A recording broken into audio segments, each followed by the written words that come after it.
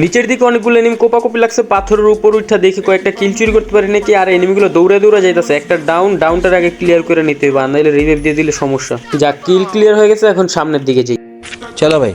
আমার সামনে একটা প্লেয়ার আছে, এখানে হুকুম হয়ে যায়, আমার ফায়ার দিতে বের হয়েছে, এই সুযোগ আর একটু ড্যামেজ দিয়ে দিলাম। আবার পিছনের দিকটা আসছে, ডাইরেক্ট MP40 জাতার দেয়া ডাউন করে দিলাম। কিলটা ক্লিয়ার দিয়ে একদম শেষ মুহূর্তে চলে যাই, একদম শেষে চলে আসলাম। আমার জোন পুষারের হাতে ডাবল ভিক্টর আছে, দুইটা এনিমি আছে আর আমরা দুইজন, মোট 4টা প্লেয়ার আছে। একটা প্লেয়ার ডাউন, আমার টিমমেটও ডাউন। আগে ডাউনটা ক্লিয়ার করে নি, আরে বাম পাশ দিয়ে মাইরা দিল আমার। কিলটা ক্লিয়ার করে নেই, এই পাশে আমার জোন পুষারে ক্লিয়ার করে দিছে। এখন লাস্ট প্লেয়ার 1 vs 1 হয়ে গেছে, আগে হেল্পফুল করে নিই, তারপর ওর সাথে ফাইট হবে।